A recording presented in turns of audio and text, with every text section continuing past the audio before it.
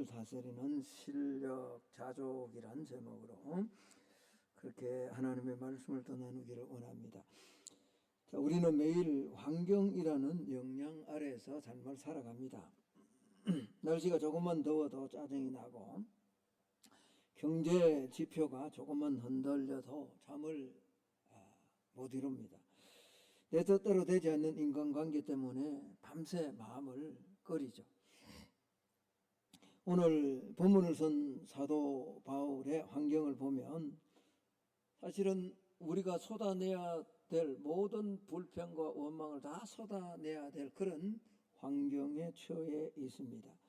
그는 감옥에 갇혀 있습니다. 차갑고 어두운 로마의 지하 감옥입니다. 그가 감옥에 갇힌 이유는 나쁜 짓을 해서 한 것이 아니고 주의 부름을 받고 주께서 맡겨주신 사명인 이 복음을 증거하다가 네로 하에 통치하에 있는 로마 감옥에 이제 죽음을 앞둔 마지막 재판을 앞두고 있는 그런 상황 속에 있습니다. 그런데 우리가 빌립보서를 읽어보면 이상하리만큼 아무리 뒤져봐도 우리 입에 늘 붙어 다니는 이런 불평, 원망, 가침, 억울함, 고통 이런 단어는 보이지가 않습니다. 대신에 그 자리를 채우고 있는 단어들이 있습니다. 그건 다름이 아니라 내가 크게 기뻐한다. 내가 자족하기를 배웠다. 내가 비결을 알았다. 내게 능력 주시는 자 안에서 내가 모든 것을 할 수 있다라는 이런 단어로 가득 차 있다라는 겁니다. 여러분 어떻게 이것이 가능합니까? 감옥 밖에서 좋은 옷 입고 맛있는 것 먹는 사람도 입만 열면 불평인데 감옥 안에서 생사의 기로에 선 사람이 어떻게 이런 만족을 표현할 수 있을까? 바울은 오늘 우리에게 환경에 매몰되는 삶이 아니라 환경을 뛰어넘는 삶의 비결을 보여주고 있다라는 겁니다. 상황이 좋아서 감사하는 것이 아니라 상황이 악함에도 불구하고 감사하며 살아가는 것이 그리스도인의 능력임을 말하고 있는 거죠. 그래서 오늘 바울은 선언합니다.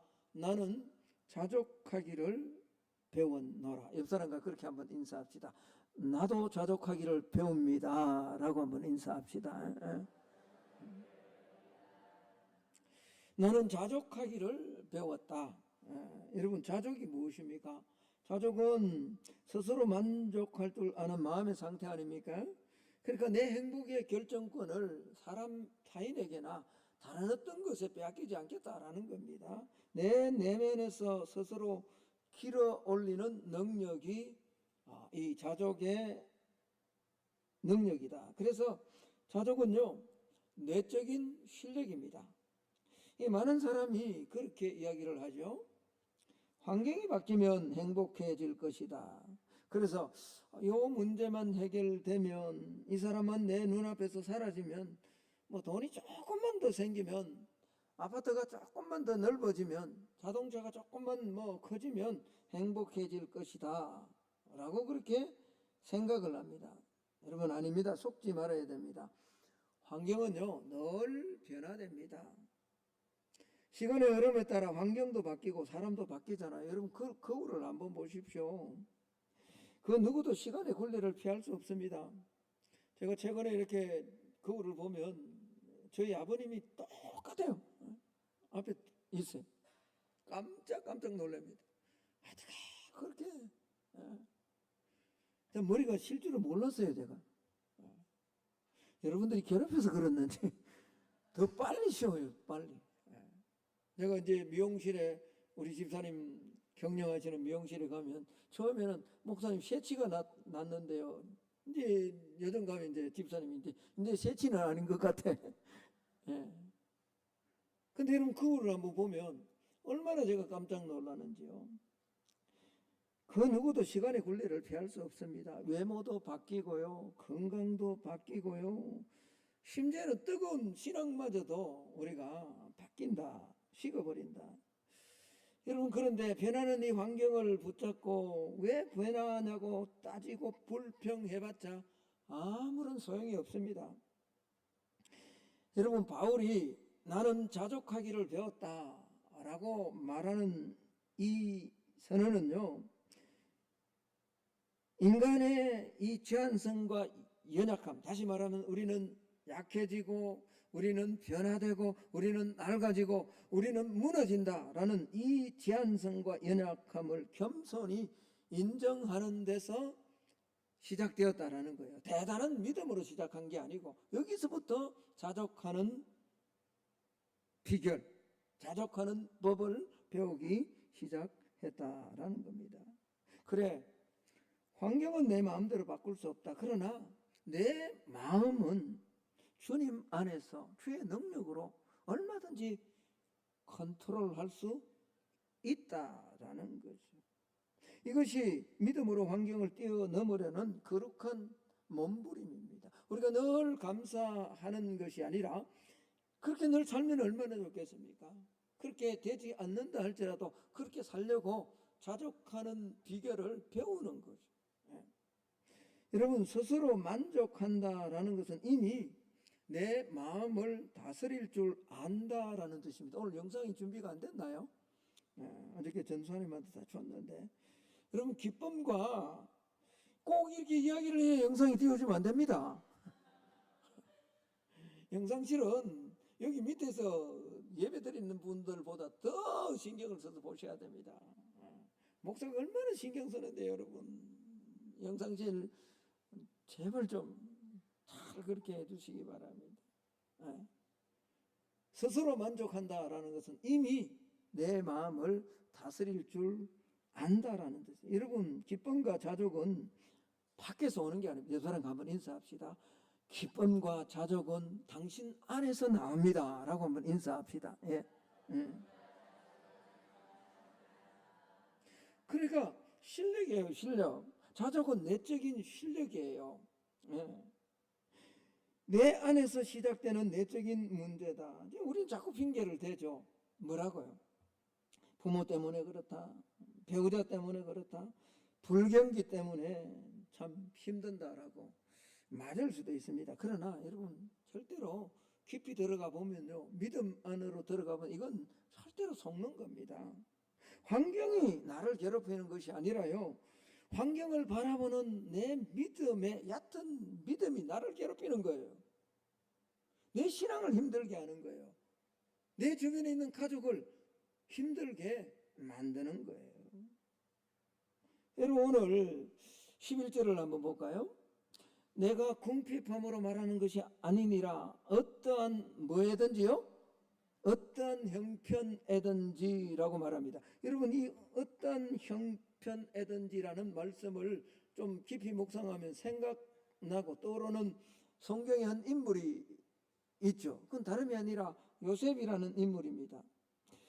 여러분, 요셉은 보디발의 집에서 노예로 종로로 탈 때나 그 종로로 타다가 신실하게 살았는데도 억울한 누명을 쓰고 감옥에 gat혀 간수의 시중을 들었습니다. 그 간수의 시중을 들 때나 그 모든 과정을 다 이기고 하나님께서 만인지상 1인 지하의 총리로 불러주셨을 때도 그의 태도는 한결같았습니다. 원망과 불평이 있는 것이 아니었습니다.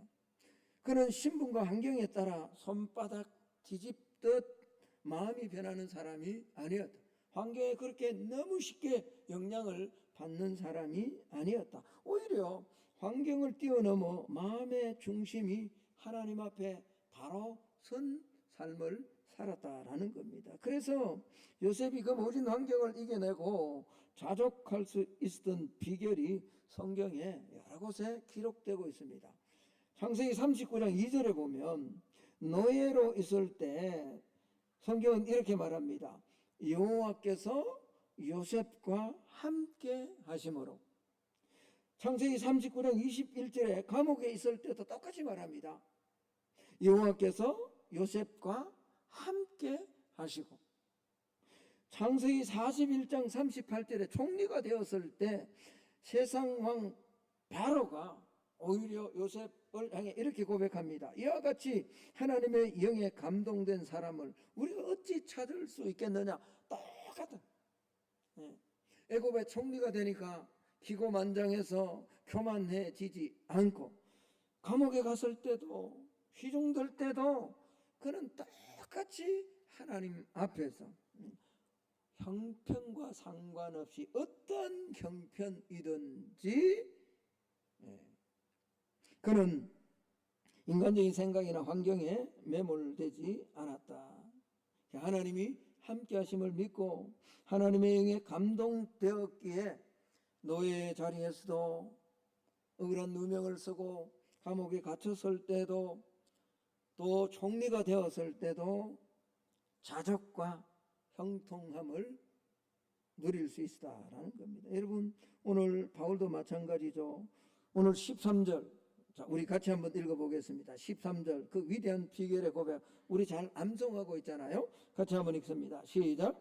내게 능력 주시는 자 안에서 내가 모든 것을 할 수 있는. 여러분, 여기 내게 능력 주시는 자 안에서 내가 모든 것을 할 수 있다라는 이 말을, 자, 우리 기도하면 막 이거 얻고 자녀도 막 그냥 좋은 대학에 가고 또 내가 하는 사업도 무조건, 이 문맥은 전혀 그런 문맥이 아닙니다. 우리 하나님은 마술 램프에 나오는 진이가 아니라, 한번 따라합시다. 하나님은 인격의 하나님이십니다. 하나님은 우리와 함께 교제하시고요, 인격으로 계신 분입니다. 이 말은 내게 능력 주시는 자 안에서 내가 모든 것을 할 수 있다라는 이 말은, 부하든지 가난하든지 나는 하나님 안에서 자족하고 감사하는 삶을 살 수 있는 능력을 내가 배웠다라는 그런 말입니다. 바울은 인간적인 감정이나 환경을 앞세우지 않았습니다. 여러분, 만약 바울이 인간적인 감정이나 환경에 그렇게 쉽게 휘둘렸다면 어떻게 이렇게 자족할 수 있을까요? 절대로 불가능한 거죠. 자족은 내 안에서 세워지는, 길러내는 능력이지만 이건 내 스스로 만들어내는 게 아닙니다. 오늘 13절에 말씀하시는, 바울이 고백하고 있는 것처럼, 말씀하고 있는 것처럼요, 내게 능력 주시는 자 안에서, 하나님 안에서, 성령 안에서 우리가 자족하는 삶, 감사하는 삶을 살아갈 수 있다라는 거죠. 그렇습니다. 자족은 내 의지나 성품으로 하는 것이 아니라 하나님이 내 안에 함께 하시고 내 안에서 역사하시고 내게 감당할 능력과 감동을 주실 때 나는 감사하는 삶을 살아갈 수 있다. 내 능력이 아니라 내게 능력 주시는 자 안에서 자족할 수 있다. 여러분, 이번 한 주간도 내게 능력 주시는 자 안에서, 내게 힘을 주시는 자 안에서 신앙의 삶을 살아내기를 예수님 이름으로 축복합니다. 그래서 좀 감사하고 자족해야 돼. 자족. 여러분, 이 자족은요, 욕망의 부품을 갈아 끼우는 훈련입니다. 훈련. 사도 바울은요, 지금 로마 감옥에서 죄수의 취급을 받을 그런 사람이 사실은 아니잖아요. 바울은 모든 것을 다 갖춘, 오늘로 이야기하면 그 상위 1%입니다. 상위 1%. 그 출신이나 그가 배운 학문이나 그의 삶의 백그라운드를 인간적으로 보면요, 정말 1%입니다. 가말리엘 문화에서 최고의 지식을 가졌던 엘리트, 베냐민 집하고 로마의 시민권을 가졌잖아요. 오늘로 이야기하면 이중 국적자입니다. 한국의 국적도 있지만 가장 강력한 국적이라고 하는 미국 시민권을, 그는 뭐 돈 주고 산 게 아니라 태어나면서부터 가지고 있었던 그냥 상위 1%의 사람입니다. 그런 상위의 삶을 살던 사람이 오늘 죄수가 되었습니다. 미천한 자, 가난한 자, 이것도 굉장히 억울하게 지금 재판을 앞두고, 우리가 잘 아는 것처럼 이 에베소서, 빌립보서, 골로새서, 빌레몬서 4권의 이 편지를 쓰고 바울은 한 2년 후에, 학자들에 의하면 1년 내지 2년 후에 그는 로마의 감옥에서, 이 트레스 폰타니아라는 그곳에서 참수를 당해 마지막 죽음을 앞두고, 얼마나 여러분 억울합니까? 보통 사람 같으면 화병이 나거나 하나님을 원망해서 실족했을는지 모릅니다. 그런데 바울은 어떻게 오히려 예전에 가졌던 그 상위 1%의 스펙과 조건을 배설물로 여긴다고 선언합니다. 세상 조건에 내 존재의 가치를 매기지 않겠다라는 선포죠. 여러분, 앞서 말씀드린 것처럼 세상은 수시로 변합니다. 갑작스런 사업 환경의 변화로, 생각지 못한 질병으로 우리의 삶은 수시로 막 흔들립니다. 그렇잖아요. 세상은 끊임없이 우리의 기쁨과 하나님이 내 안에 허락하신 아들 예수 그리스도로 말미암아 세상이 빼앗을 수 없는 참된 평안을 주셨음에도 사단은 끊임없이 이런 환경들을 흔들어서 내 안에 세상이 빼앗을 수 없는 그 평안과 기쁨을 뺏으려고 우리를 위협하는 거죠. 그러므로 우리가요, 자족하는 법을 배워야 됩니다. 배워야. 여러분, 자족은 배우는 거예요. 배우는 거. 이 저절로 생기는 마음이 아니라, 예수 믿는다고 그날로 뭐 앱이 설치돼 가지고 그 앱에서 막 자동 프로그램이 설치돼서 그렇게 한다면 얼마나 좋겠냐고요. 절대로 그렇지 않습니다. 훈련을 통해서 치열하게 배우고, 마치 운동에서 영적 이 근육을 조금씩 키워나 근력을 키워서 힘을 키우는 것처럼 계속해서 훈련해서 배우는 거예요. 후천적 실력이 자족하는 거라는 거예요. 여러분, 저와 여러분은 태생적으로 죄성을 안고 태어났잖아요. 어떤 죄성입니까? 저와 여러분이 태어나면서 가지고 있는 죄성이 어떤 겁니까? 남보다 더 많이 갖고 싶어하는 욕심, 남보다 더 높아지려는 교만, 더 편안하게 누리고 싶은 게으름, 육체의 쾌락을 쫓는 욕망, 이게 우리 안에 이미 장착되어 있다고요. 여러분, 혹시 여러분의 손자나 손녀, 또 여러분의 자녀들 키우면서 욕을 가르치거나 나쁜 걸 가르친 적이 있나요? 없습니다. 아무도 없습니다. 그런 부모가 세상에 어딨냐고요. 그런데 요놈이 말만 조금 하면 뭐죠? 기분이 안 들면 뭐 그냥 안에 장착되어 있어요.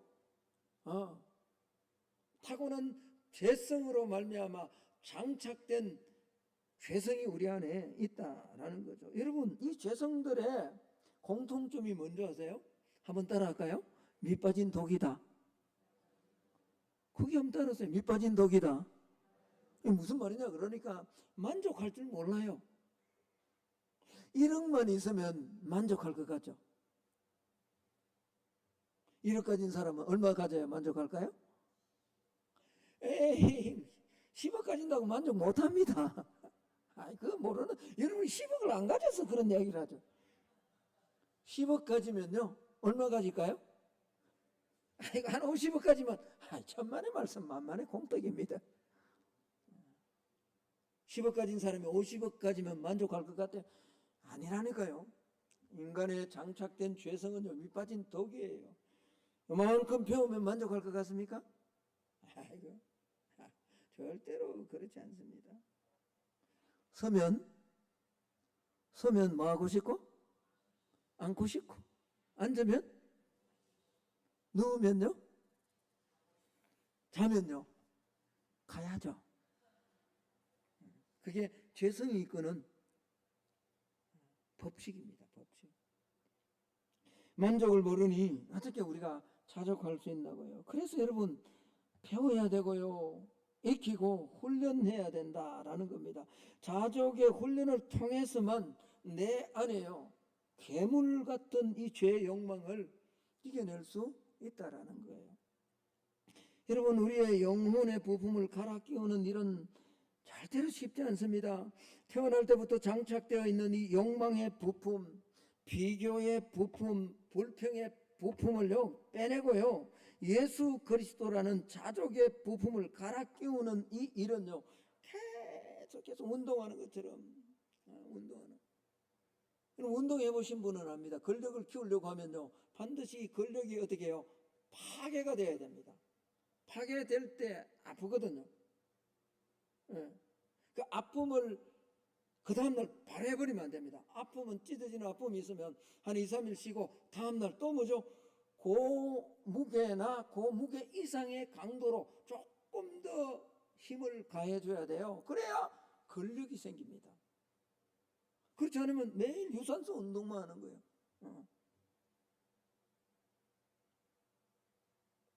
만만한 일이 아니죠. 그럼 지금 이 순간에 예배를 드리는 여러분 심령 안에도 욕망과 자족이 서로 막 충돌. 바울은 이 영적 전쟁에서 이기는 유일한 길이 배움이라고 지금 말합니다. 자, 오늘 11절을 한번 볼까요? 다시 한번 봅시다. 11절. 내가 궁핍함으로 말하는 것이 아니니라. 어떤 형편에든지 나는 자족하기를 뭐 했다고요? 배웠다. 12절을 한번 봅시다. 너는 비천에 처할 줄도 알고 풍부에 처할 줄도 알아. 모든 일 곧 배부름과 배고픔과 풍부와 궁핍에 처할 줄 아는 일체의 비결을 뭐 했다고요? 배웠다. 여러분 배움이 뭐예요? 배움은 반복하는 거예요. 어떤 분이 그런 이야기를 해요. 목사님이 설교를 우리 성도들은 뭐 그런 이야기 안 하는데 사실 저도 반복을 많이 해요. 뭐 66건 똑같은 말인데 사실 한 이야기 계속 하는 이야기인데 사실은 뭐 반복해 할 수밖에 없고요. 내가 지금 어떤 본문을 가지고 여러분 설교에 여러분들 안 들은 이야기를 내가 할 거예요. 네. 가끔씩 그런 이야기를 했던 설교 왜 또 했냐고. 나는 반문하고 싶어요. 그럼 들었던 설교 여러분 그대로 실천하냐고. 네. 난 그렇게 이야기하고 싶단 말이에요.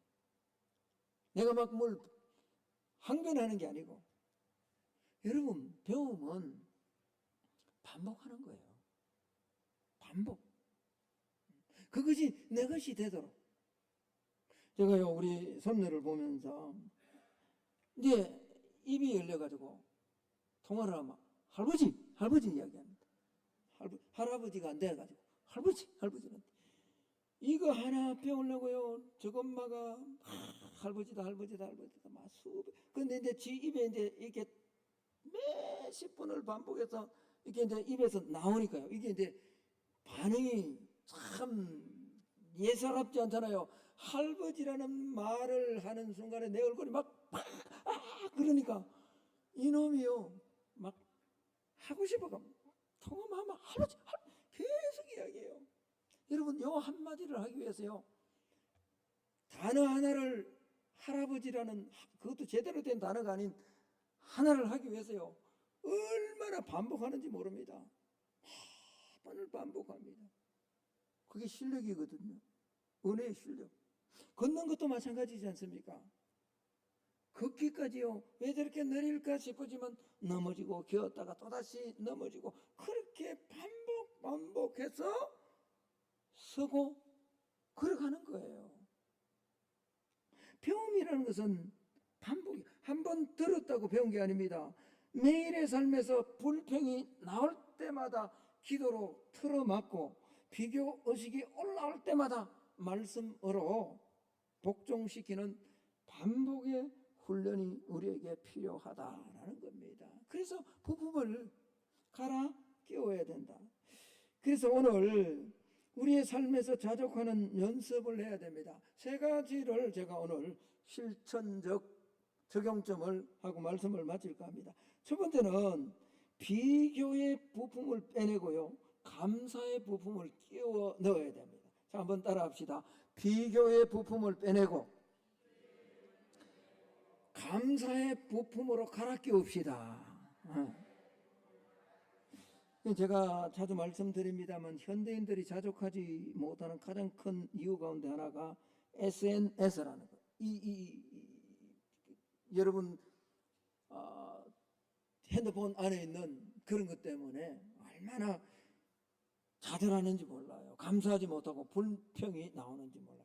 여러분 텔레비에 나오는 뭐 좋은 집 선전하고 뭐 이런 거 자꾸 보지 마세요. 그런 거 자꾸 보는 순간에 내 집은 집이 아니에요. 무슨 말인지 이해돼요? 막 텔레비에 선전하는 것 이거 개선돼야 된다. 물론 여러분 우리는 삶은 좀 더 개선되고 좀 더 나은 방향으로 가야죠. 근데 그거 안에 진짜 만족이 있는 것처럼 그렇게 계속 보면요, 내가 살아가는 삶의 형편은 완전히 아무것도 아닌 것처럼 비교되어 버립니다. 남들의 가장 빛나는 순간과 나의 가장 초라한 순간을 그 SNS를 통해서 비교하는 거예요. 저 사람은 오늘도 저런 좋은 곳에 갔는데 저런 비싼 것을 먹는데 나는 왜 이런 모양인가? 여러분, 비교는 내 영혼을 죽이고 내 삶을 파괴하는 최악의 독입니다. 최악의 독.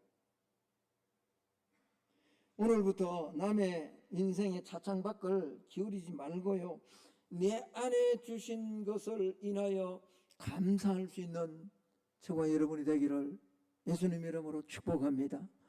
오늘 딱 여러분 이 26년 26번째 주일입니다. 딱 6월 마지막 주예요. 절반이 갔다는 거죠.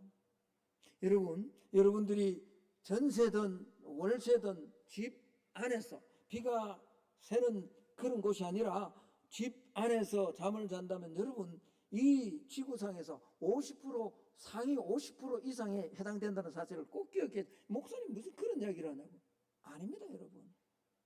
우리는 세상에 부를 가진 사람의 1, 2%가 어마어마한 그걸 가지고 있기 때문에 늘 그걸 바라보다 보니까요, 내가 가진 것은 아무것도 아닌 것처럼 아닙니다. 이번 한 주간 자족하기 위해서 여러분 비교의 부품을 감사의 부품으로 갈아 끼우기를, 그런 훈련을 계속하기를 예수님 이름으로 축복합니다. 두 번째는 소유의 기준을 낮추고 존재의 가치를 높여야 됩니다. 여러분, 세상은 자꾸만 너 뭘 가졌니, 네 통장 잔고가 얼마니, 너 평생에 너 몇 평에 사니, 뭐 이런 걸로 자꾸 묻잖아요. 사탄은 우리의 소유를 가지고 자꾸 묻습니다. 그러나 하나님은 우리의 존재를 보시는 거예요. 만약 바울이 감옥에서 이런 소유에 집착했다면 바울은 낙심했을 거예요. 불평했을 거예요. 바울이 감옥에서도 당당했던 이유는 자신이 결코 로마의 이 감옥의 죄수가 아니라 나는 예수 그리스도의 종이다라는 것을, 이 존재를 정확하게 알았기 때문에 그렇잖아요. 여러분 한번 따라합시다. 나는 하나님의 자녀다. 우리는 얼굴이 좀 부족할 수 있어요. 물질이 좀 부족할 수 있어요. 여러분, 내가 가진 어떤 능력이나 내가 가진 소유나 내가 가진 달란트가 조금 부족할 수 있어요. 그러나 우리가 믿는 하나님은 완전한 하나님이신 줄로 믿습니다. 그 완전하신 하나님의 자녀가 우리란 말이에요. 여러분 인정하십니까? 그러므로 이번 한 주간 훈련해야 돼요. 내 소유의 기준을 좀 낮추고요, 존재의 가치를, 내가 저 사람이 가진 그거 없어도 나는 하나님의 자녀다, 이 스스로 위로하는 게 아니라 실제 저와 여러분은 하나님의 자녀예요. 하나님이 지키시고 하나님이 보호하시고 내가 질병이 있어도 하나님 지금까지 여기까지 올 수 있도록 하나님 앞서 인도해 주셨습니다. 믿으십니까? 그러면 우리는 감사할 수 있죠. 자족할 수 있죠. 마지막 세 번째입니다. 불평이 터질 때 3초만 멈추고 누구 안으로 도망가라고요? 예수님 안으로 도망가세요. 살다 보면 억울한 일 만납니다. 속 터진 환경을 만날 수도 있습니다. 그러면 그때 본능적으로 내 입에 뭐가 나오는지 아세요? 불평과 원망이 튀어나옵니다. 여러분, 이때 그 재성의 부품이 돌아가는 소리에 귀를 기울이지 말고요, 조금만 3초가 안 되면요 조금 더 깊게 한 10초만 내가 조금만 주님 안으로 한번 들어가 보세요. 그리고 조금만 한번 달리 한번 생각하는 것을 달리 한번 바꾸어 보십시오. 그러면 나오던 불평과 원망이 감사로 바뀔 수 있다. 그래서 바울은 내게 능력 주시는 자 안에서 내가 모든 것을 할 수 있다고. 예수님께로 나아가야죠. 성령님 안에 나아가야죠. 여러분, 우리가 시편을 읽다 보면 이 만족하고 자족하는 감사의 그림을 아주 잘 보여주는 시편 한 편이 있습니다. 그 길지도 않아요. 오늘 그 시편 한 편을 제가 일부러 영상에 준비하지 않았어요. 여러분, 시편 131편으로 가서 한번 읽고 오늘 말씀을 마칠까 합니다. 시편 131편 1절에서 3절의 말씀입니다. 구약성경 899편입니다. 시편 131편 구약성경 899편입니다. 다 찾으세요. 성경을 안 가져오신 분은 앱을 내서라도 보십시오. 시편 131편 1절에서 3절입니다. 다 찾으셨나요? 예, 제가 1절 말씀을 한번 읽어볼게요. 천천히 한번 따라와 보십시오. 여호와여, 내 마음이 교만하지 아니하고 내 눈이 오만하지 아니하오며 내가 큰 일과 감당하지 못할 놀라운 일을 하려고 힘쓰지 아니한다. 여러분, 1절 참 중요합니다. 내가 뭐라고 이야기하죠? 큰 일이나 감당하지 못할 어떤 놀라운 일을 하려고 노력한다, 노력하지 않는다? 그런 거 노력하지 않을지라도 않습니다. 자, 2절은 우리 천천히 같이 한번 읽어봅니다. 시작. 실로 내가 내 영으로 고요하고 평온하게 하기를 젖된 아이가 그의 어머니 품에 있음 같게 하였나니 내 영혼이 젖된 아이와 같도다. 여러분, 이게 가장 만족하는, 자족하는 성경의 그림 아닐까요? 여러분, 어린아이가, 그 젖 먹는 어린아이가 막 울다가, 배고파 울다가 그 어머니가 주는 젖을 먹고 그 어머니 품에, 엄마 품에 기대어 있는 그 모습이잖아요. 그게 무슨 욕심이 있습니까? 그게 무슨 욕망이 있습니까? 뭘 시기하는 시기가 있냐고, 비교하는 비교가 있냐고요. 네. 여러분, 자족은 바로 이거예요. 젖된 어린아이가 엄마의 품에 올린 기대는 거예요. 기대는 거. 이번 한 주간 저와 여러분이요, 예수님 안으로, 성령님 안으로 온전히 들어가 성령님과 예수님과 하나님께 기댈 수 있기를 예수님 이름으로 축복합니다.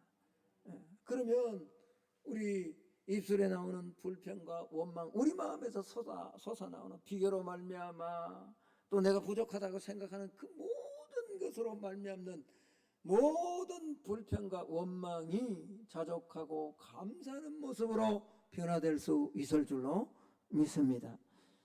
그래서 오늘 3절에 이스라엘아 지금부터 영원까지 여호와를 바랄지어다 라고 명령하고 있습니다. 시인은 말씀의 결론을 맺습니다. 이번 한 주간